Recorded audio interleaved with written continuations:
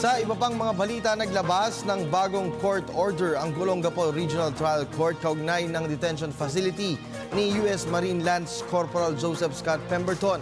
Ayon kay Olongapo RTC Branch 74 Clerk of Court Jerry Gruspe, kailangang idetine si Pemberton sa Armed Forces of the Philippines o AFP Detention Facility sa Camp Aguinaldo, partikular na sa compound ng Intelligence Service ng Armed Forces of the Philippines o ISAP.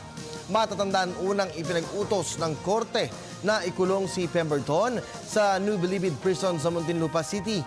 Subalit ayon kay Eduardo Oban Jr. na Executive Director ng Visiting Forces Agreement of VFA Commission, kailangang idetine ang Amerikanong sundalo mga masasangkot sa isang krimen sa isang detention facility na napag-usapan at napagsang-ayunan ng Pilipinas at Estados Unidos. Batay sa hatol ng korte, makukulong si Pemberton sa bansa ng 6 hanggang 12 taon dahil sa pagpaslang kay Filipino transgender Jennifer Laude.